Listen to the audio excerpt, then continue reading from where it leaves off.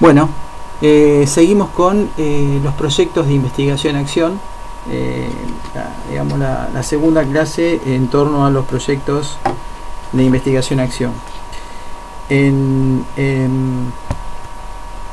Bueno, la bibliografía citada, seguimos con la bibliografía de la misma clase.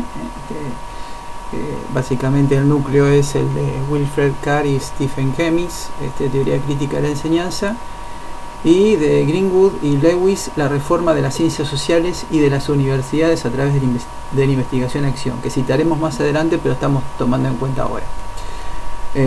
Ahora vamos a ir en esta clase al concepto de frónesis, por eso un artículo sobre este concepto, que es de Aristóteles.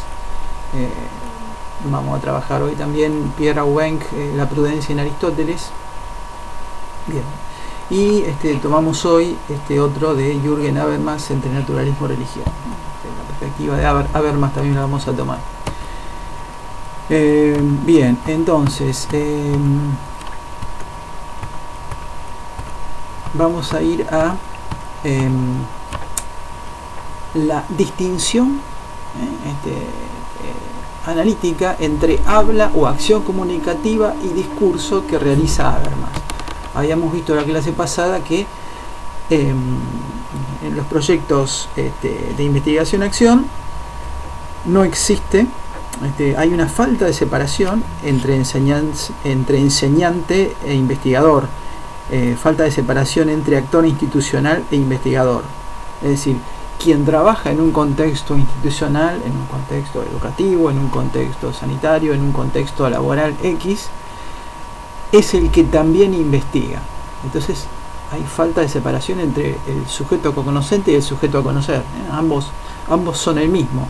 O sea, el mismo grupo de personas cumple los dos roles. Se puede, digamos, contratar un investigador venido de fuera, pero la característica de los proyectos de investigación-acción es que todos participen de la investigación, de la configuración del proyecto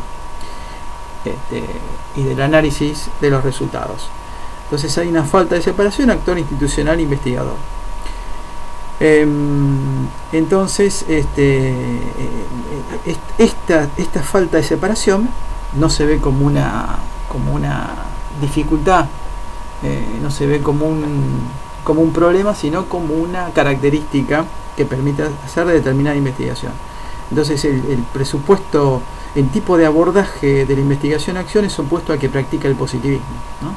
El objeto de estudio no es externo al investigador, sino que es de alguna manera interno al investigador.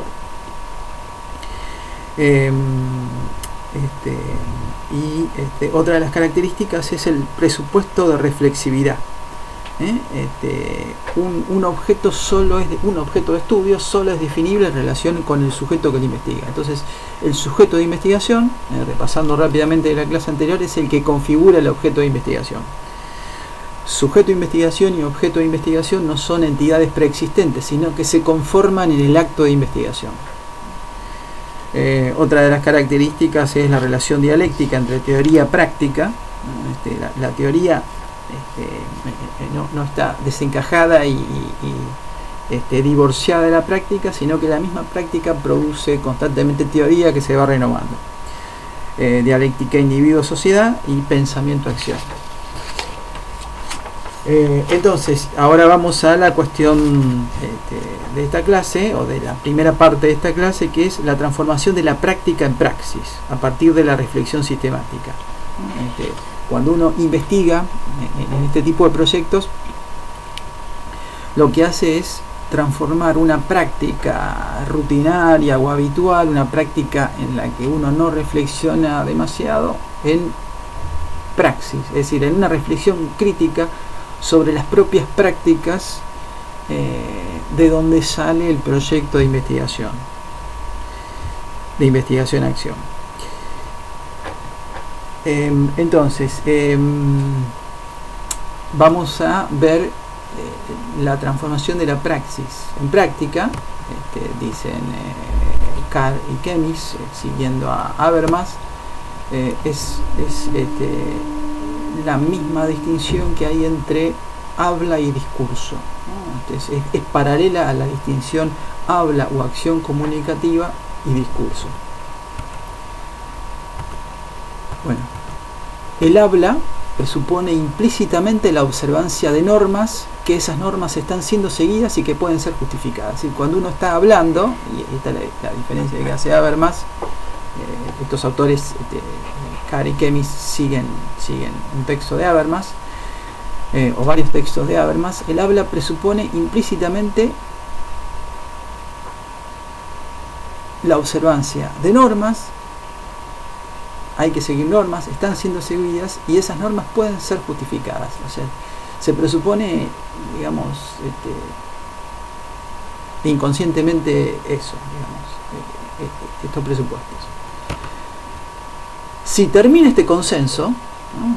Si termina este consenso tácito entre que se deben observar normas, que esas normas están siendo seguidas y que pueden ser justificadas, si se termina este consenso, se pone en duda y se problematiza la validez, la presencia y la ausencia de estas normas. Es decir, cuando se empieza a poner en duda las normas que rigen el habla, cuando se empieza a poner en duda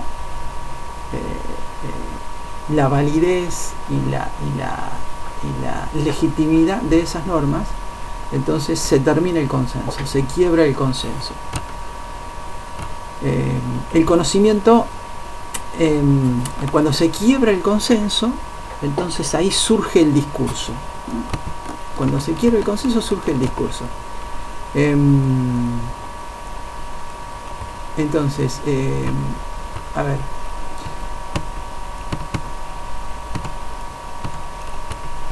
entonces el discurso sería la distinción entre habla y discurso, entre habla, acción comunicativa por un lado y discurso por el otro, es que el discurso pone en duda, desde el discurso, en forma crítica, se pone en duda la validez de esas normas, ¿no? Se pone en duda la validez de esas normas y se pone en duda las normas que deberían guiar el discurso.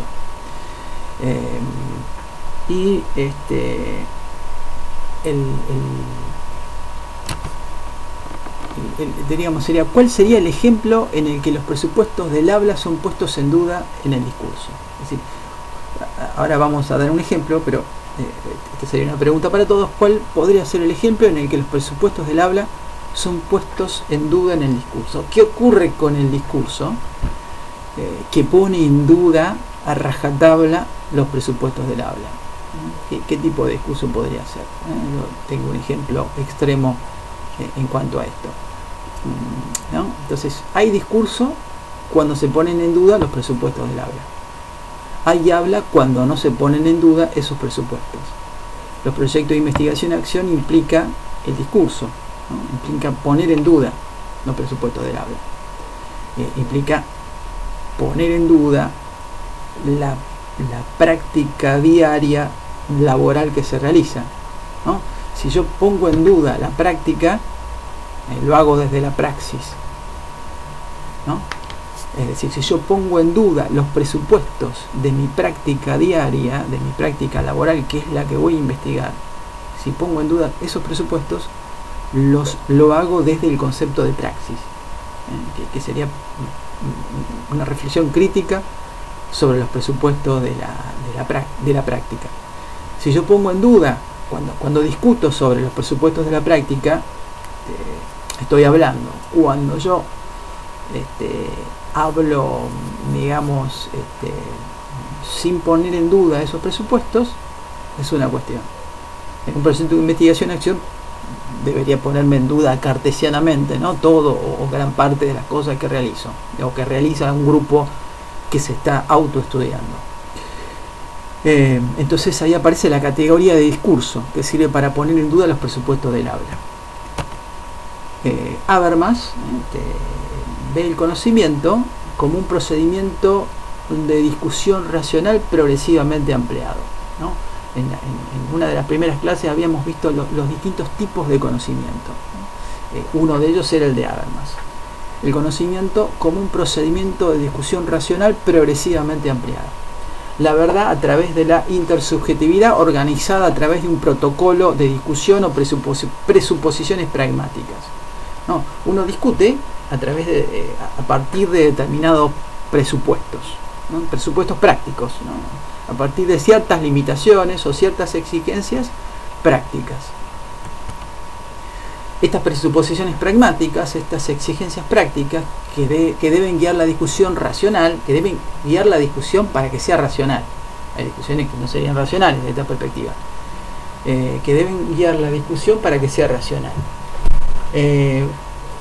Carácter público e inclusión. No puede excluirse a nadie que en relación con la pretensión de validez controvertida pueda hacer una aportación relevante. O sea, nadie puede ser excluido de la conversación, de la discusión. No importa, digamos, que la postura sea diferente a la de la mayoría. Hay una exigencia que no puede excluirse a nadie. Igualdad en el ejercicio de las facultades de comunicación. A todos se les conceden las mismas oportunidades para expresarse sobre la materia. Todos tienen derecho a usar el mismo tiempo, todos tienen derecho a ser respetados en esa argumentación. Exclusión del engaño y la ilusión. Los participantes deben creer lo que dicen. Es decir, se supone que si yo estoy escuchando a otro hablar, yo confío en que la otra persona no me está mintiendo. Confío en que está siendo sincero.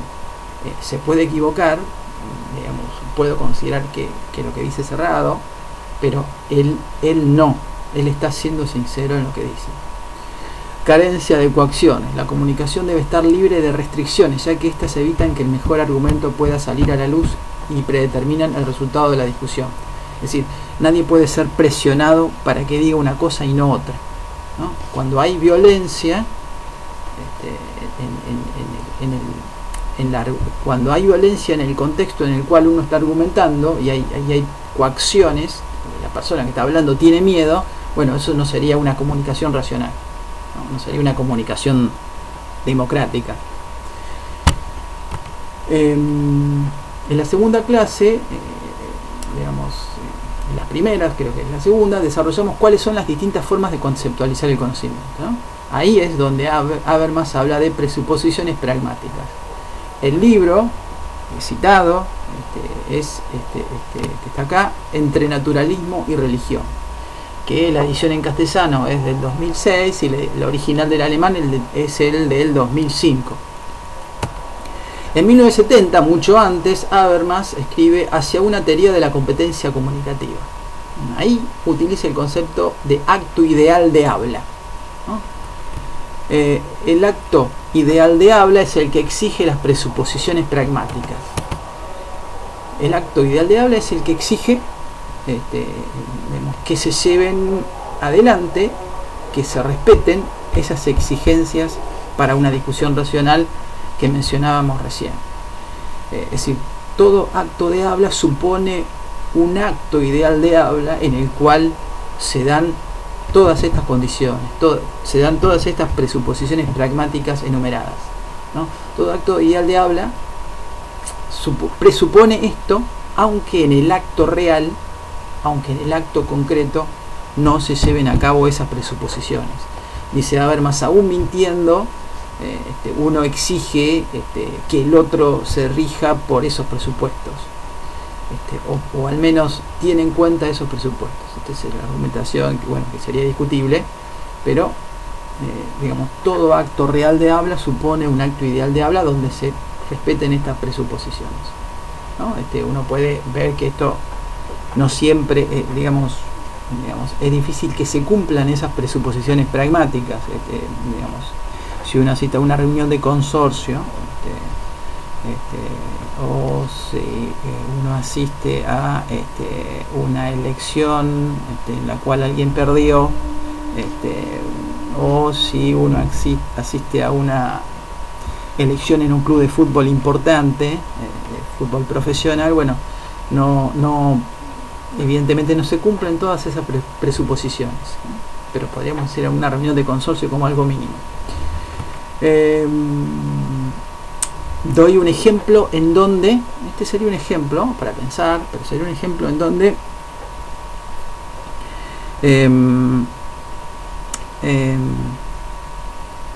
hay un pasaje del habla al discurso, pero es un discurso tan crítico, es un discurso tan crítico que pone en duda tanto los presupuestos del habla, en este caso del habla científica, ¿no? Sería un pasaje del habla al discurso que pone en duda en forma muy dura y muy extrema los presupuestos del habla científica, y los pone en duda, pero a partir de ahí no los reemplaza, no los reemplaza por otros presupuestos, ¿no? Podemos pensar en la discusión entre los actuales puestos de moda terraplanistas, es decir, esa creencia que aparece en muchas páginas de Facebook, en muchos blogs, en muchos sitios, en las redes están plagadas de este tipo de grupos, que son los terraplanistas, ¿no? Los que creen que la Tierra es plana, o los que creen que la Tierra es como un disco o como una lenteja, ¿no? La forma de una lenteja, obviamente gigante. Es una concepción, bueno, la concepción de la Tierra plana tiene muchos siglos, pero había alguien que la mantuvo en el siglo XIX, pero adquirió popularidad en la década del 90 y más popularidad a partir más o menos del 2014. Entonces, bueno, están la ciencia oficial, los partidarios de la esfericidad de la Tierra, ¿no? ¿Por qué acá se vulneran, por qué se critican tanto los presupuestos de la habla científica de manera tal que es imposible la discusión racional, ¿no? Los partidarios de la Tierra plana plantean que la postura de la Tierra esférica es una gran confabulación mundial, una gran mentira, ¿no?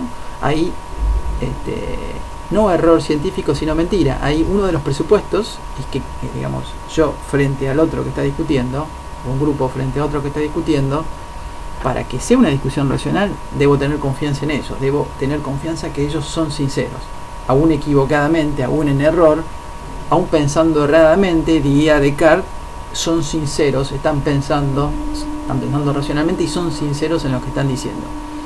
Entonces ese presupuesto no se cumple, ese presupuesto habermasiano no se cumple, porque creen que los partidarios de la Tierra esférica forman parte de una gran confabulación, una gran mentira, digamos, aparentemente mentira repetida desde Copérnico, Kepler.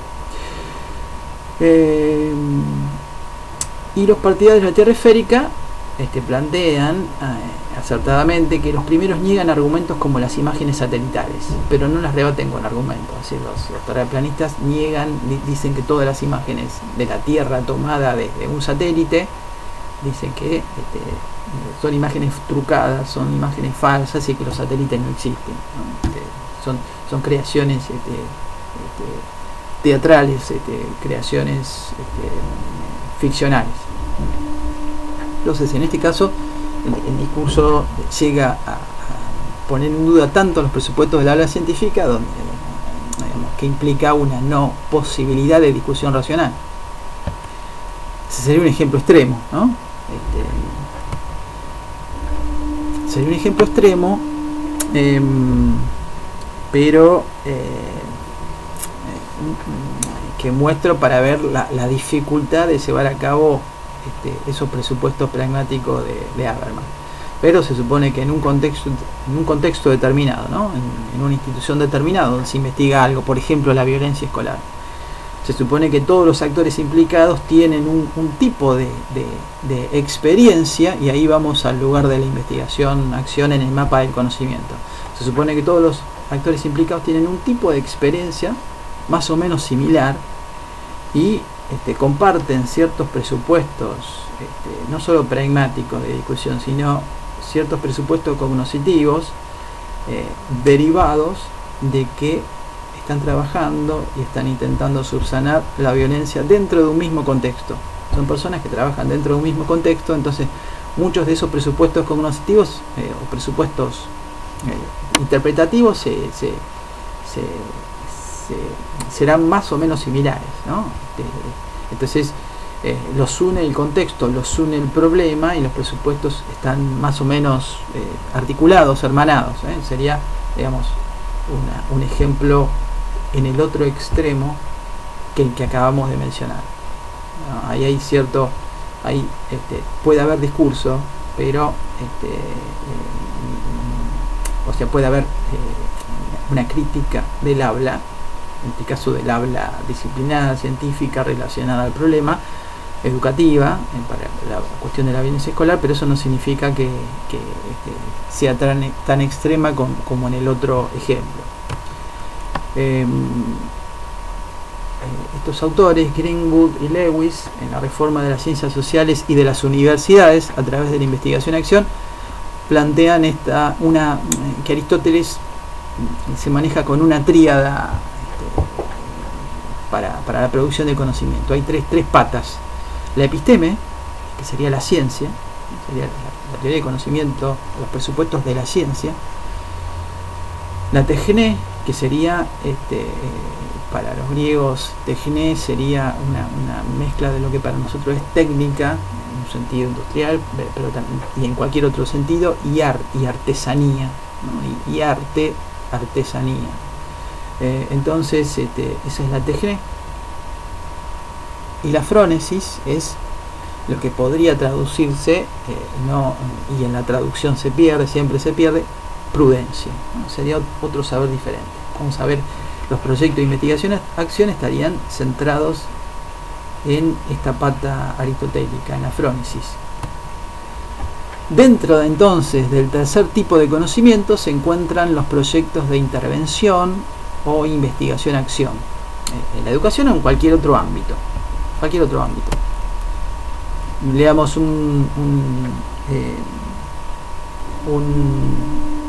una cita de una revista, Aprender Haciendo, Paideia y Frónesis en Aristóteles, Alfredo Marcos, la revista Educación de Porto Alegre. Aristóteles caracteriza la prudencia, frónesis, como una disposición racional verdadera y práctica respecto de lo que es bueno y malo para el hombre. Disposición racional verdadera y práctica respecto de lo que es bueno y malo para el hombre. Mediante esta definición distingue la prudencia de otras nociones. Dado que es una disposición, se distinguirá de la ciencia, episteme, pues la prudencia será un saber conectado con la acción humana. Al ser una disposición, es un saber conectado con la acción humana. Esto lo diferencia del episteme. Ahí podemos recordar, por ejemplo, en la República, en el libro Ya de Platón,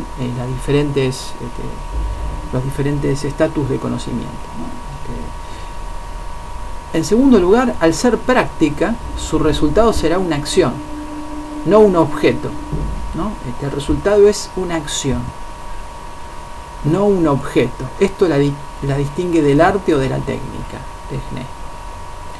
La exigencia de racionalidad y verdad distingue a la prudencia de las virtudes morales y la sitúa entre las virtudes intelectuales.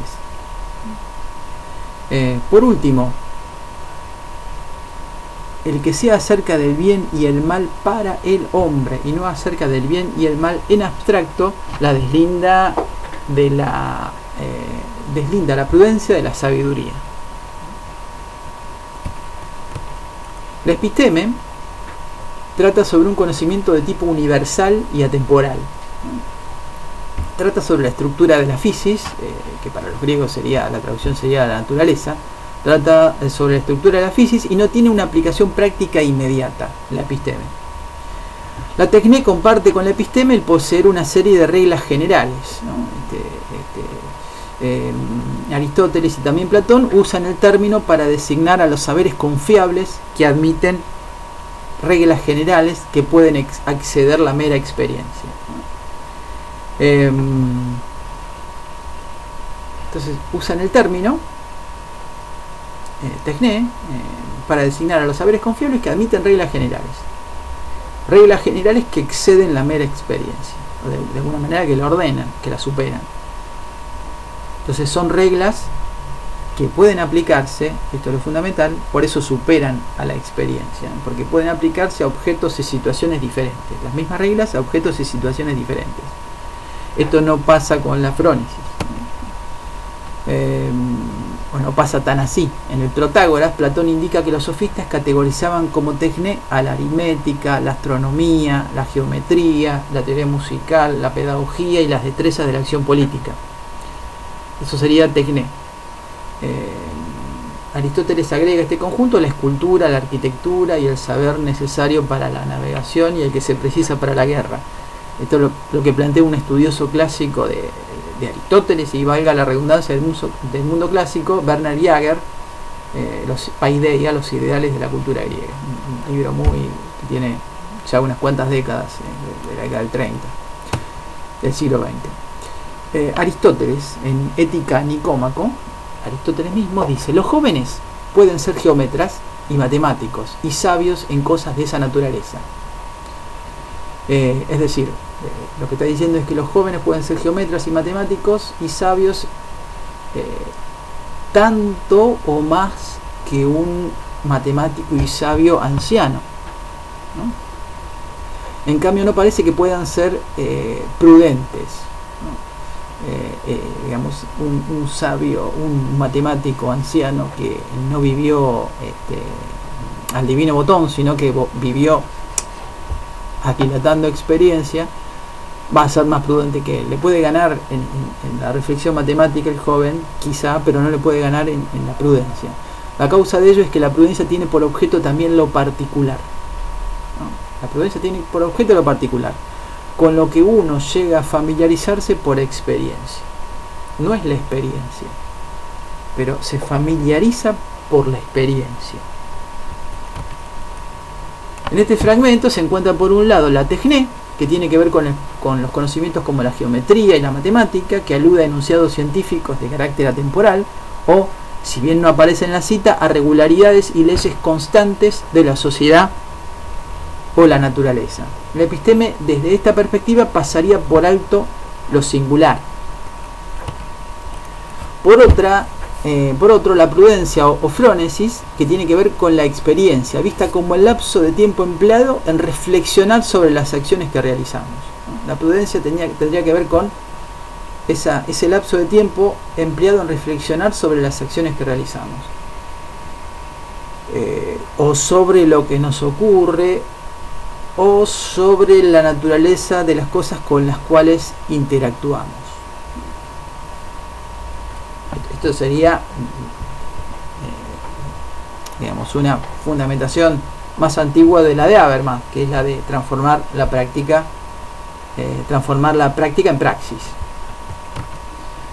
Para Aristóteles y para Platón, tanto la ley como la ciencia, o sea, esa episteme con reglas generales que se aplican a cualquier contexto y a cualquier tiempo, es decir, atemporales,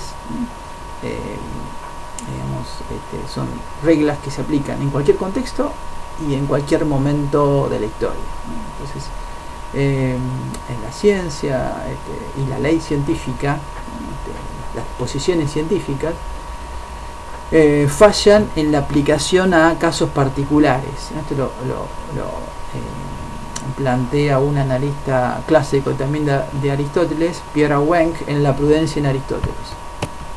Para Platón, esta falla está radicada en la ignorancia de los hombres al aplicar la ley o la ciencia. O sea, para Platón, la falla está en el hombre que no sabe aplicar bien esas reglas atemporales, esas reglas que pertenecen a las formas suprasensibles, que pertenecen al mundo de las ideas y que estuvieron allí desde siempre.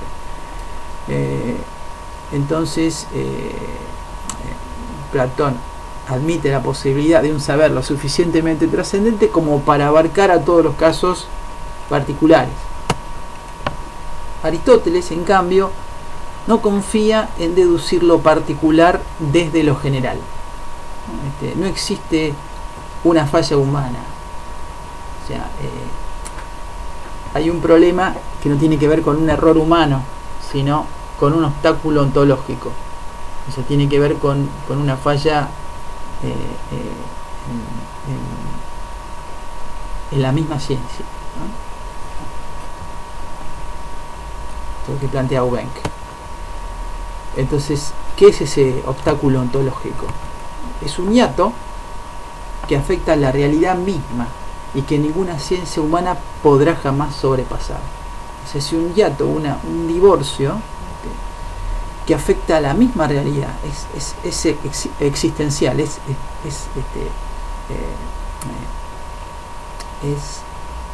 el hiato, una parte misma del ser, y ninguna ciencia humana puede sobrepasar ese hiato.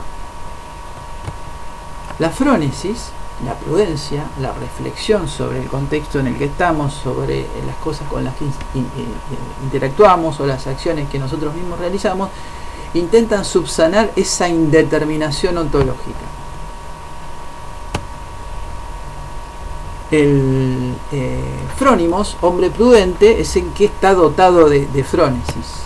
El hombre prudente de Platón sabía decidir y realizar acciones a partir de la idea, en el político, por ejemplo, ¿no? Las posturas de Platón van variando en todos sus textos, y va variando también con la edad de Platón, es decir, a partir de un tipo de conocimiento atemporal. La prudencia, en este caso, ¿no?, en político, consistiría en interpretar, en la obra El político de Platón, la prudencia en este caso consistiría en interpretar y aplicar ese conocimiento atemporal, ¿no? A ver de qué manera lo aplico, si lo aplico en forma rígida o no. Esa prudencia en la aplicación sería la frónesis para Platón en ese texto. Para Aristóteles, el frónimos, el hombre prudente, queda reducido a su sola experiencia.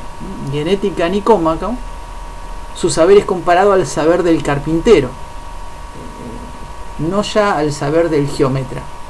El saber del hombre prudente ya no posee la exactitud de la matemática, como en el caso platónico, y se acerca al saber retórico. Es un saber, entonces, que tiene que ver con una reflexión sobre la experiencia, por ejemplo. Tiene que ver con cómo aplicar reglas generales a un contexto particular, previendo ese hiato, previendo esa falla ontológica de la que habla Pierre Aubenk. Bueno, sería todo por hoy.